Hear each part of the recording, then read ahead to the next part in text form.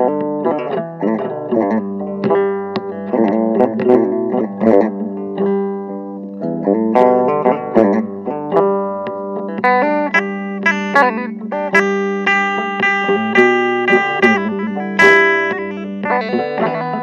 tigi bandiraɓe musidɓe tedduɓe yeɓoɓe Winndere-tv onon kala on calminama e mbadi kuktidinde eɗen gandi noon hande eɗen ɗo henna e Jacques Mbaw eɗen gandi ko Hiirde Pulaagu Jamma Fantang machallah mo ganduɗa ko Ba Kalidou ardi ɗum woni lappol seede Pulaagu machallah eɗen bandiraɗo debbo tedduɗo en ummi ha to Gambie to eɗen mbawi wiide ko journaliste omo ari tawtorede e jamma o ɗum no ala no mbatten en totalement Fatima Sow holno jiwɗa jamma hande o ha tenti deuxiéme édition mo ganduɗa ko seede lappol Pulaagu waɗi ɗum eyyi banam debbo a jarama Allah jarama mi salmini yeeɓe kiyankoɓe Winndere-tv kala ɗo mbawi wonde juule baba adama en taw ko salminama yaadugo e nedi ene wawi ɗum noon enen foof kaɓandirɗen ko Pulaagu min ko leydi Gambie joɗimi Banjul kono seedol lappol Pulaagu noddi kam garmi hayso tawi waktu o heƴani yomi ar pour leñol min gari rek jaggude e jamma he comme ko min ɓiɓɓe fulɓe nde tawno ko enen sukaɓe hande mawɓe janggo mbawi jekkude leñol ngol ha yetto ɗo foti yettade ɗo min noon liggontomi ko RFI Radio France International kono mbeɗa yiiɗi keɓen gueɗe koye men nde tawno tubakoɓe jooɗima ha ƴetti ɗemɗe men no kutara ɗum eɗen leggono ɗumen ne jooɓa men e ɗemɗe men ɗum woni ko hersini ɗum noon mbeɗen nodda yimɓe foof yo jaggo ha mbaɗen radio mo gandanɗa radio mondial wonata mo gandanɗa ma ɓurdore RFI nde tawno Pulaagu koko yaaji bandam ko noon tigui holno jiruɗa jamma hande o Pulaagu yiyama ɗo hen kolli buubaji e dade belde ɗe ganduɗa machallah ko wambaɓe rewɓe e worɓe e cuɗari ndi machallah holno jiruɗa ɗum hol belamma ma e Pulaagu hande machallah en jii rewɓe fulɓe no cinkortono en jii no jaltiri hande kangue yaltiɗo grand boubouji jalti en jii worɓe ɓe kadi no ñantori worɓe wambaɓe yontaɓe e mbaɗi ɗo pijirloji ɗi ganduɗa no beeli ne pindina ko gandanɗa woni Pulaagu foof ɗum noon ɓiɓɓe men ɓe en kirƴin ɗum e ɗum ɗo min noddanmi ko rewɓe ɓe mi tampata haalude e wandiraɓe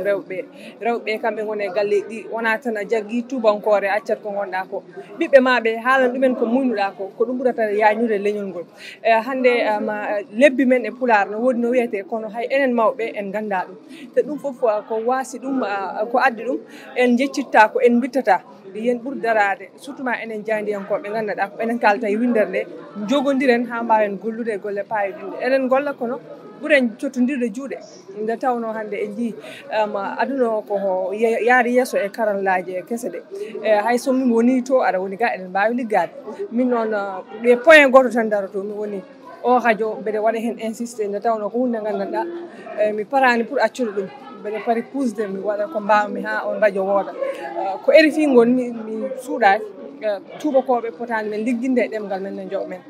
joni diaspora e woɓɓe ɓe gandanɗa ko yimɓe men ɓe gandanɗa Allah ne okki ɗumen arsugaji ɓe Allah ko moƴƴo jokke golle enen jandiyankoɓe fulɓe eɗen nana ɗum ko keewi kono yoɓe ɓurmen jokkande golle e ko ganduɗa ko hen gonɗen ko darna radio mo ganduɗa ko au niveau mondial wonde so woni ɗo no moƴƴi so woni guure goɗɗe keddiɗe guure Afrique ɗe ne moƴƴi enen foof jiyen hen koye men Pulaagu ɓuura yaade yeeso sikkumi enen sen jeeyi ɗum joguiɗen ɗum taw wona tubakoɓe ko ɗum ɓuurata nde tawno tuba kala ko waɗani neɗɗo ɓalejo rek andu intérêt munen hen à 200%. ko noon tigui Fatima Sow eɗen teskiti woni hoddiɓe meɗen so tawi noddi tan notato no hannirta ni kono enen Pulaagu so noddi pour denden ko probléme holko bassortoɗa so Pulaagu noddi rewɓe fulɓe e worɓe fulɓe holno poti darorade ha gandanɗa événement uji majum e waɗa réussir ko wasiyade ɗumen tan yo gandu tan ko jeeykoɗal yo jogo ɗum nde tawno neɗɗo aɗa wona ha side hoorema tawa tinani aɗa wawi yaade goɗɗo so noddima kono ko jeyɗa ko famɗina ɗum famɗat rek rewɓe ɓe yo jaltu ne jalta hirdeji men ko ayni worɓe ɓe kadi yo gaccu ɗumen aɗa andi probléme no woodi seeɗa e sengo worɓe men ɓe mbiya debbo yaltata jamma te ɗum ko hunde gandanɗa aduna o ɓenniɗon aduna o koko wone yaade donc en foɗɗe yaade aduna o culture men aada men cosaan men ko enen rewɓe ɓe e sukaɓe mbawi ɗum wurnu ɗum noon worɓe men ɓe babiraɓe men ɓe kawiraɓe men ɓe ɓene ñaago ɗumen yoɓe gaccu sukaɓe gacca rewɓe ɓe ɓe jalta e ɗi hirloji nde gandu tawno ko ɗum ɗo yañata leñol men e aada men e cosaan men ko mbiyata bandiraɓe wayno e ko wiide tan mi weltima no feewi ko lappo seeɗa Pulaagu addi kam ɗo ko wiide kadi jamma o ma wod jamma baal ni ma wod Banjul ɗum noon sikke ala koko wodat e tawno on kumpa ko hoorejo leydi hono Adama Barrow ko pullo premiére dame o Fatmata Barrow Ba ko mawnam moƴƴo pawɗo kam e place am kadi mbeɗa andi so jamma o woodi hen kamɓe fof koɓe yaltoɓe ɓe kolla Pulaagu nde tawno gambi Pulaagu no hewton doore jamma o komi yiɗɗo ɗum wadde jamma mo gandanɗa ma heddo e Winndere he inchallah ɗo bambaɗo machallah ari tawtorede hirde bammum kadi en jiiɗo hen machallah o waɗi ɗo hen ko waɗi fayida holno juuruɗa jamma hande o ha tenti noon e jamma mo gandanɗa hoorema ko jamma Fantang adi fof haade men haalde ko calminen kadi huccire men en yeeɓa en ko kadi en heeɗo en ko en calmini kadi dendagal Pulaagu to alda e palton biyowo mbimi e wimaɓe sa yi kadi wiyama jamma Fantang kadi kala jeeɓ ɗum ene andi kadi jamma notim inde mum feewi jiyaɗo ko Fantang kadi mawɓe wambaɓe tigui keeɓi ɗo ene koɗa Fantang ene gulla ene jima e kadi jamma notim inde mum e wiite ko tan ko yo Allah juutnu ɗum ha ɓuurɗo ha minenne min gara min mbatta wadde ɗum e jamma kadi min jiiru ɗum kadi min jiihen ko heewi kadi mamin kadi gondi hen ko heewi e mbima sa ari a tawtorama hiirde bamma eyyi ma andu hen ka andano e ma yi hen kadi ka yiyano e ma ñamdu hen kadi ko heewi kadi e façon kadi kamɓe worko mbaɗata minen kadi min gari min jiiɗi kadi ko abbade hen min jiiɗi wadde koɓe mbaɗatno ko kadi min jaari banggue toɓe jaarito kadi min jaari banggue goɗɗo eyyi ɗum noon ko mbasotoɗa leñol ngol mbaynoroɗa leñol ngol mbiɗo waso ɗumen yo tinnoye aadu mumen tinnoye cosaan mumen tinnoye kadi e Pulaagu e wiite ko Pulaagu weeɓani jaggu ɗemgal ma jangga ɗemgal ma mbasa ñembude ƴemde janande eyyi jamma Fantang jokkodiral pelle jibinta ko ɓamtare golle ɗe jooɗi peewi kadi yimɓeɓe beltima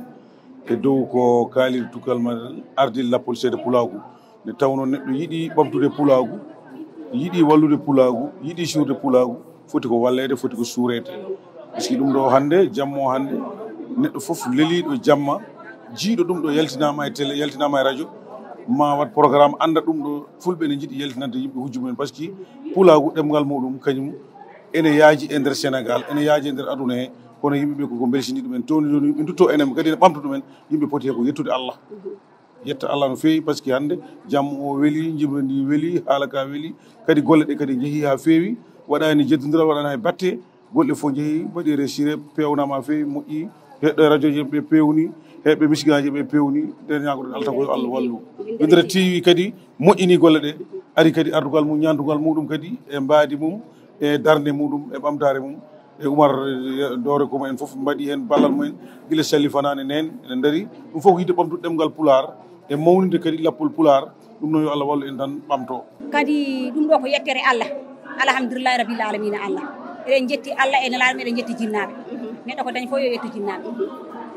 eɗen jetti nene eɗen jetti baaba eɗen jetti kadi fulɓe eɗen jetti kadi dentugal ɗo ngal kala garɗo pullo biyowo mbimi e wimami pullo funnague e pullo hirnague pullo rewo e pullo worgo mbiɗa yetti ɗumen noon sa yi bambaɗo wiyama bambaɗo darji fulɓe darjini ɗum so fulɓe mawni wambaɓe mawnat to fulɓe lesɗi wambaɓe lesɗat ɗo alhamdulillahi rabbil alamina min jiiɗi ɗum ɗo tan ko yo yaaru yeeso yo golle ɗe yo jaaru yeeso galama ma hannde eko mbasitoɗa rewɓe fulɓe mbasitomi rewɓe fulɓe ko adi foof ko nanguidiren gonen ɓerɗe goote gonen anniya gooto gonen jaadigal gootal gonen juuɗe goote gonen tamande wootere kala ko woni e aduna kawral ɓuuri min ɗiɗi kawral fulɓe to kawri tan leñol ngol fof hawri eɗen gandi eɗen ɗo hen machallah édition eɗen mbawi wide ko deuxiéme édition mo gandanɗa hoorema ko Ba Kalidou kañum tigui ardi ɗum e lappol seede Pulaagu machallah jamma waɗi fayida no fewi hano hannirta ni kadi eɗen gandi Pulaagu notitima tigui daade belde wambaɓe rewɓe e worɓe kadi en jiiɗo buubaji kolli ñañoji machallah hande kam